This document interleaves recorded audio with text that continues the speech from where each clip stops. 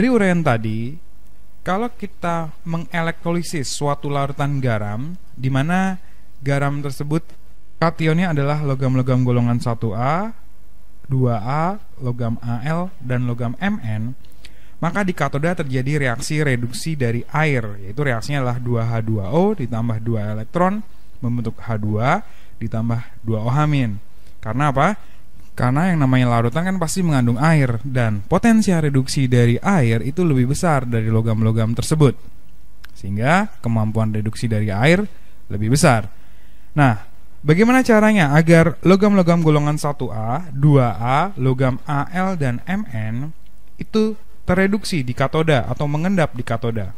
Nah, caranya gimana? Nah, tadi kan selama ini dia tidak bisa mengendap di katoda karena selalu dihalangi oleh air. Nah, agar logam-logam tersebut bisa tereduksi atau mengendap di katoda, maka tidak boleh ada air di elektrolisis tersebut. Artinya apa? Artinya nanti yang kita elektrolisis itu bukan dalam bentuk larutan, tapi harus dalam bentuk leburan atau lelehan.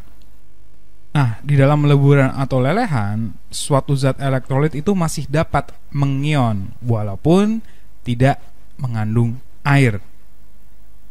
Nah, untuk membedakan reaksi yang akan kita dapat kalau kita mengelektrolisis larutan atau kita mengelektrolisis leburan atau lelehan, ada baiknya kita lihat contoh berikut. Yang pertama, kalau kita disuruh menuliskan reaksi elektrolisis larutan NaCl dengan elektroda karbon, berarti kan NaCl mengion membentuk Na+ ditambah Cl-. Reaksi yang terjadi di katoda, lihat kationnya adalah Na+, berarti kan logam golongan 1A. Kemudian yang dielektrolisis itu larutan, berarti kan ada air. Maka reaksi yang terjadi di katoda adalah 2H2O ditambah 2 elektron menghasilkan H2 ditambah 2O-. Sedangkan di anoda, elektrodanya adalah karbon, berarti reaksi yang terjadi di anoda bergantung dari jenis anionnya. Anionnya adalah Cl-, maka reaksinya adalah 2Cl- membentuk Cl2 ditambah 2 elektron. Sehingga kalau kita jumlahkan reaksi di katoda dan anoda menjadi 2H2O ditambah 2Cl- berubah menjadi H2 ditambah 2O- ditambah gas Cl2. Oke, sekarang kalau ada leburan NaCl dielektrolisis dengan elektroda karbon. Nah, pada leburan itu tetap terjadi yang namanya proses ionisasi. Jadi leburan NaCl tetap mengion membentuk Na+ ditambah Cl-. Kemudian reaksi yang terjadi katoda, lihat, kalau leburan atau lelehan itu kan berarti tidak mengandung air. Artinya apa? Artinya Na+ itu bisa tereduksi. Kenapa? Karena udah nggak ada lagi yang menghalangi Na untuk melakukan reduksi.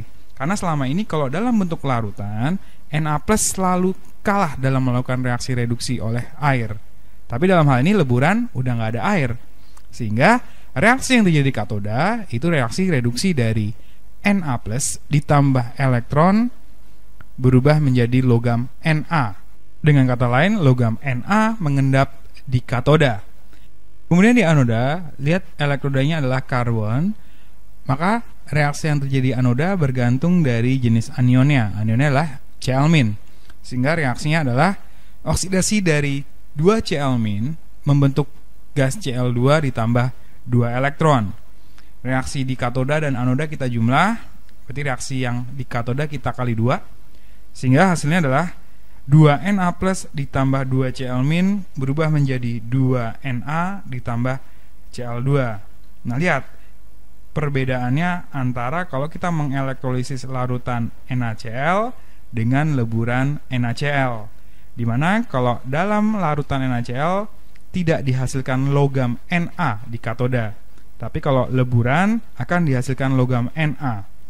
Karena dalam leburan itu tidak mengandung air, sehingga logam-logam golongan 1A itu dapat mengendap di katoda. Contoh yang berikutnya adalah tuliskan reaksi elektrolisis dari leburan MgOH2 kali dengan elektroda karbon. Berarti MgOH2 kali mengion membentuk Mg2+ ditambah 2O-. Reaksi yang terjadi di katoda itu lihat kationnya kan Mg2+, logam golongan 2A. Kemudian wujudnya ternyata leburan. Nah, berarti reaksi yang terjadi di katoda adalah reduksi dari Mg2+ ditambah 2 elektron menghasilkan Mg. Kenapa? Karena dalam leburan tidak ada air. Nah, reaksi yang terjadi di anoda, lihat elektrodanya ternyata karbon, berarti inert. Kalau begitu, kita lihat jenis anionnya. Anionnya adalah OH-. Nah, kalau anion OH-, maka reaksi yang terjadi di anoda itu reaksinya adalah 4 OH- membentuk 2H2O ditambah gas O2 ditambah 4 elektron. Kemudian reaksi di katoda dan di anoda kita jumlahkan. Reaksi di katoda kita kali 2, sehingga didapat 2 Mg2+ ditambah 4 OH- berubah menjadi 2 Mg ditambah 2 H2O.